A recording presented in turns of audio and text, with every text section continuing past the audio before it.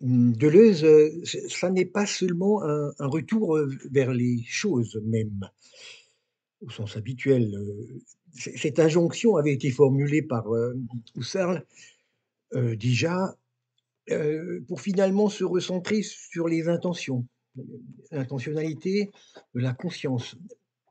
Étrange chose finalement qui, n'en sont pas vraiment, même, si Husserl invoquera le corps, la chair, le corps propre pour, arranger un tel retour, aux choses.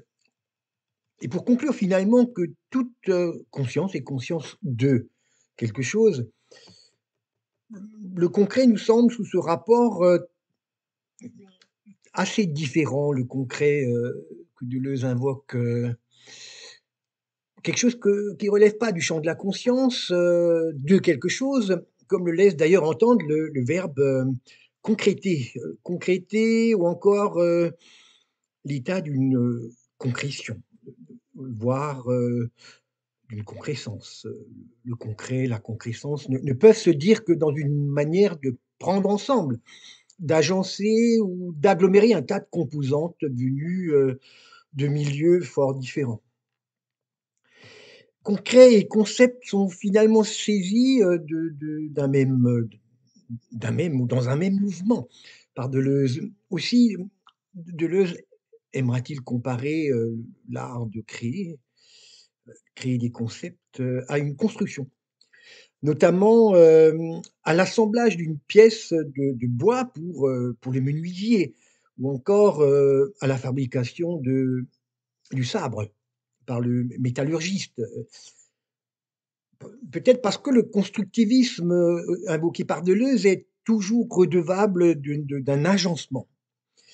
Il nous faut reconnaître du coup que, un agencement est forcément concret, témoigne d'une intrication concrète, ne serait-ce que par la rencontre, ou du moins, par cet événement qui fait la rencontre d'éléments durs, très différents, dans le heurt des matériaux solides ou des échanges parfois, liquides dans le cas de la colle, pour les assembler. Mais tout en étant, concret, l'agencement va prendre ensemble des segments dans une expression qui peut aussi évidemment relever d'un niveau d'abstraction, d'une expression en tout cas qui fait signe déjà que comme, en géométrie vers des fonctions complexes, quand X et Y, vont se fondre, comme ça, sur un diagramme. Alors, le concret des matières, dans le concret des matières en tout cas, une ligne de coupe plus abstraite, se profile, que Deleuze appelle parfois, un diagramme. C'est d'ailleurs toute la préoccupation de Mille Plateau, par la rencontre de Guattari, importante rencontre, qui pose la question de savoir justement, comment tracer une ligne, comment la prolonger. En effet, nous confiait, Deleuze, et je le cite, c'est dans une lettre préface à notre thèse, qu'on lui avait consacrée. Je cite, «C'est Mille Plateau qui est consacré aux multiplicités pour elles-mêmes, au devenir, aux lignes». C'est une lettre préface, intéressante, qu'il, nous consacrait en 92, heu, déjà. Il nous faut donc, prendre acte de cette confidence et donc admettre que, Mille Plateau se consacre aux lignes, ce qui du reste n'est pas si évident. Oui, et alors il y en a de nombreuses, notamment, des lignes qui se segmentent, tantôt souples, tantôt plus rigides, qui peut se briser ou tantôt plutôt en zigzag comme pour, la ligne gothique, ou alors d'autres encore qui sont plutôt continues comme pour le pli baroque. Peut-être peut-on encore parler d'une ligne romane dans le joint d'une muraille comme ça qui va, relier les pierres les unes aux autres en constituant une forme de toile, une toile d'araignée, heu, un réseau de lignes. Mais dans l'abstraction de ces diagrammes, on peut bien sûr envisager, finalement d'autres manières de couper une ligne ou de la prolonger. C'est pour Deleuze, la grande difficulté de la philosophie, hein, c'est son objet le plus étrange. Les lignes sont les passions et les actions même qui traversent, le concret. Toujours la pensée, deleuzienne épouse des lignes dont certaines, sont fuyantes, mais dont d'autres, vont s'épouser, se bloquent peut-être ou se contournent, voire se détournent. Et dans cette espèce d'inventaire que j'essaye de pratiquer sur la question de la ligne, il y en a une en particulier, qui semble traverser l'ensemble de l'œuvre de Deleuze, qu'il nomme la ligne de fuite, heu, qui évidemment a une origine, historique dans l'art de la Renaissance, mais encore, certainement dans la géométrie projective.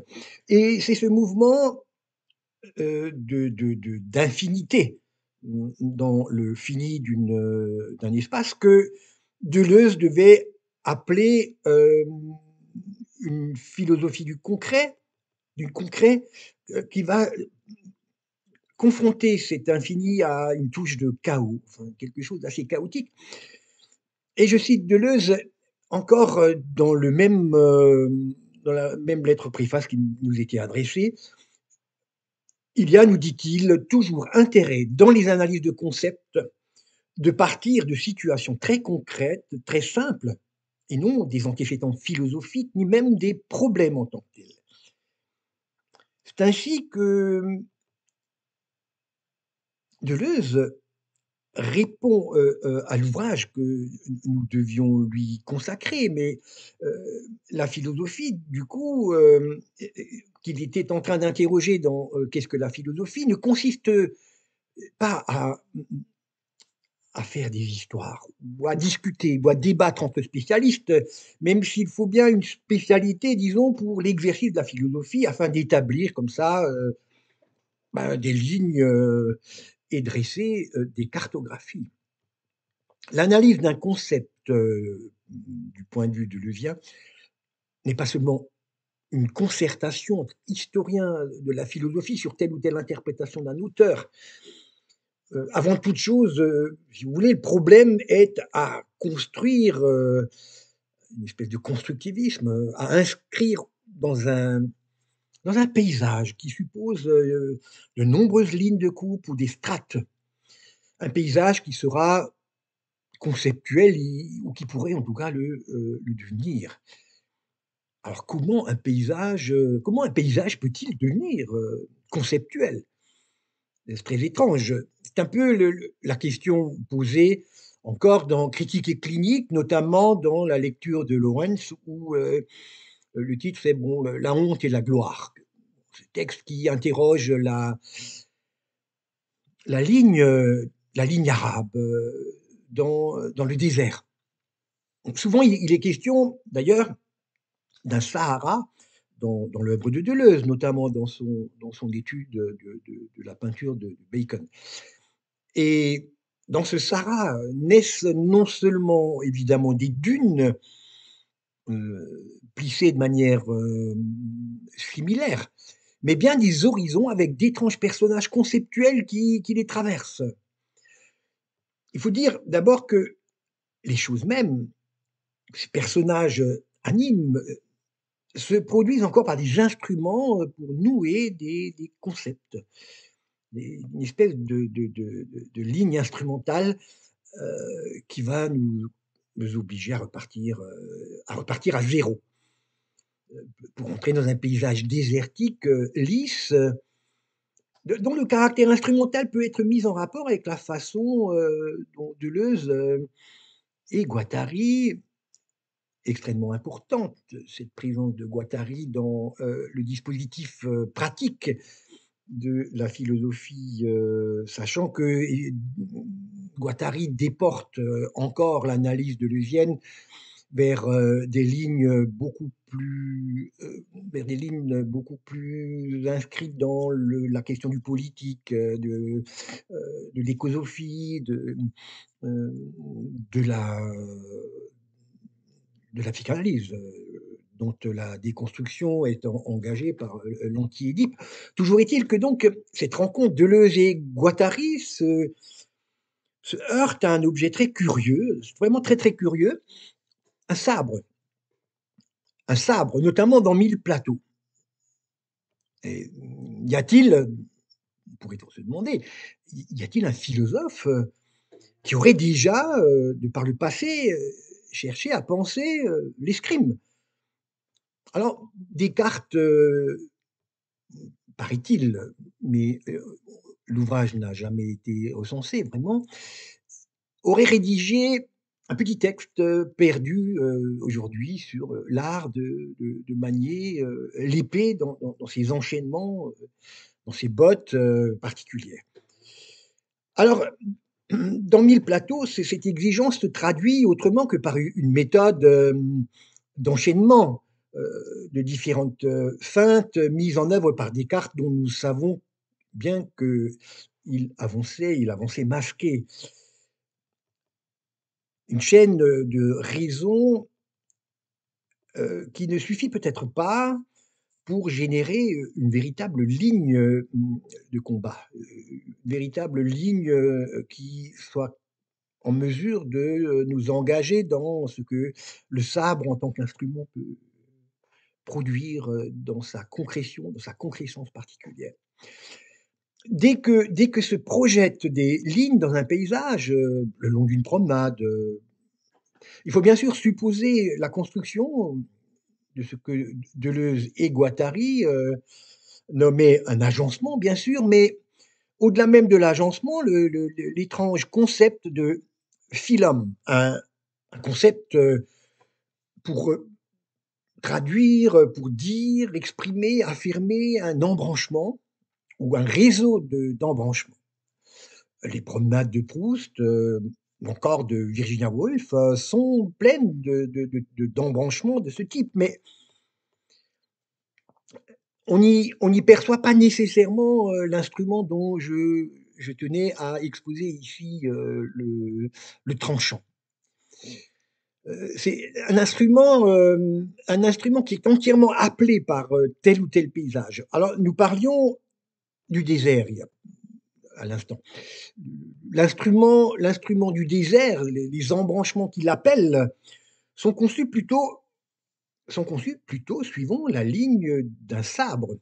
Le sabre ne joue pas sur le fil de l'épée, comme, dans les épreuves de jeux olympiques, sur une bande étroite, qui est tout en longueur, avec le sens d'un équilibre, puisque, au fond l'escrimeur, au fleuret notamment, va devoir, ne pas déborder cette droite qui va articuler cette ligne, cartésienne au fond qui va articuler l'épreuve, le combat. Ces 2 instruments du coup, sabre et fleuret disons, ou sabre et épée pour ne pas compliquer les choses, ces 2 instruments ne se déclinent pas du tout dans un espace comparable. Ils ne suivent pas du tout la même courbure, ni par conséquent les mêmes, embranchements, ni les mêmes scénarios. On trouve, donc de très belles pages, sur cet agencement, qui bifurque entre 2 plans, et on peut y discerner tout un diagramme, concret, qui en même temps fait appel à des notions abstraites. Concret, abstrait, là, l'articulation du diagramme, nous entraîne, concrètement, si vous voulez, vers, l'acier, qui ne se travaille pas en effet de la même manière dans les 2 cas, parce que, les fonctions abstraites, les figures, les incarnats ne sont pas les mêmes, lorsqu'il s'agit par exemple de tailler de biais ou au contraire de trouer de face, frapper de côté ou de manière circulaire, comme ça par des moulinets voire pointé de front, frontalement, par l'escrime son adversaire, se pratiquait, comme je l'indiquais, sur une ligne extrêmement resserrée. Une affaire de gestes, de gestualité, un maniérisme pour entrer dans ce milieu ayant longé les singularités différentes lorsqu'on se situe dans l'espace du sabre, qui lui, au contraire, implique toujours cette espèce de mouvement de biais, cette espèce de transversalité. Alors, on va laisser parler un peu Deleuze et Guattari pour expliquer mieux ces deux embranchements si différents. Je cite, c'est Émile Plateau toujours, le sabre est l'acier fondu, souvent courbe et tronqué, arme de taille et de biais, enveloppe un autre espace dynamique que l'épée de fer forgé, des stocks et ou de face. Donc, fin de citation, l'acier trempé, qui relèverait du sabre, comporte de toute autre singularité et s'obtient à très haute température. Et puis, il va falloir le refroidir rapidement, une espèce de chute d'intensité en le plongeant plusieurs fois dans un liquide froid qui agit sur son réseau cristallin. Bon. Il y a là quelque chose de l'ordre du pirate, un abordage qui passe et qui convoque un autre matériau qui serait l'eau. Enfin, vous voyez, là, on a une espèce de structure d'éléments élémentaires, une articulation des quatre éléments, disons, pourquoi pas, qui ne ressemble pas tant que ça à ce que, par exemple, Heidegger pourra dire de ce rapport entre les éléments. Ici, on est dans un dynamisme et on pourrait parler d'une bifurcation de la matière, une bifurcation, une espèce de division qui va entraîner cet instrument à devenir autre chose que du fer forgé en tout cas, dans sa condition d'élaboration. Et alors ce devenir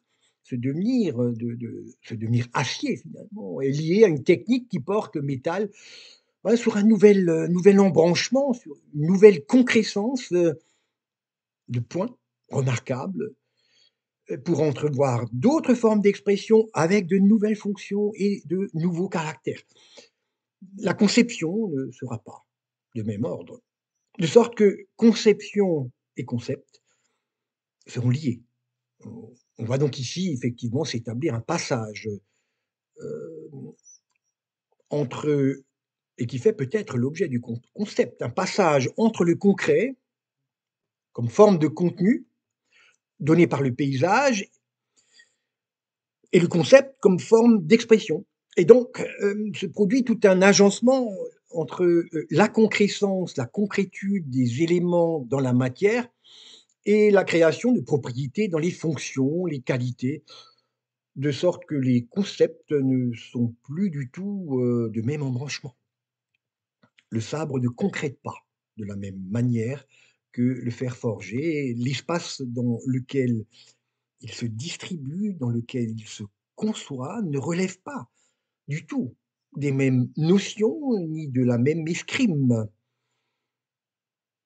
C'est-à-dire que c'est un instrument qui va effectivement rejaillir sur la manière même dont sera utilisée l'arme en tant que manière de défense, en tant que manière d'attaque. Puisque dans l'espace de la forêt, par exemple, tout est saturé d'obstacles. On se bat en ligne droite en faisant des pas vers l'avant, pour autant que les arbres constituent de part et d'autre des verticalités difficiles comment dire, à abattre. Ce sont autant d'obstacles finalement. Donc, on ne peut pas manier le sabre frappé de biais dans une forêt comme c'est le cas dans un espace dépeuplé, dans un espace lisse, celui notamment du corsaire ou du nomade, une espèce de nomadologie que Émile Plateau va constituer de manière, assez précise au fond et dans un perspectivisme tout à fait intéressant et on voit bien que, de part et d'autre, ce ne sont pas les mêmes singularités. On peut comprendre alors du coup que, concret et concept,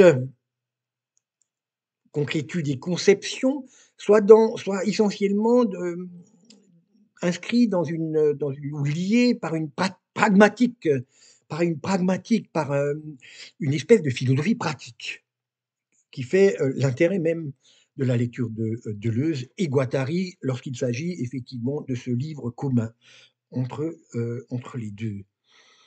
Il nous laisse entrevoir ici, en tout cas, un passage, une expression, de l'un à l'autre, du concret au concept, comme si l'élaboration d'un concept, venait redoubler le mouvement, l'embranchement qui passe d'un état de la matière à un autre, à savoir l'acier et le fer forgé.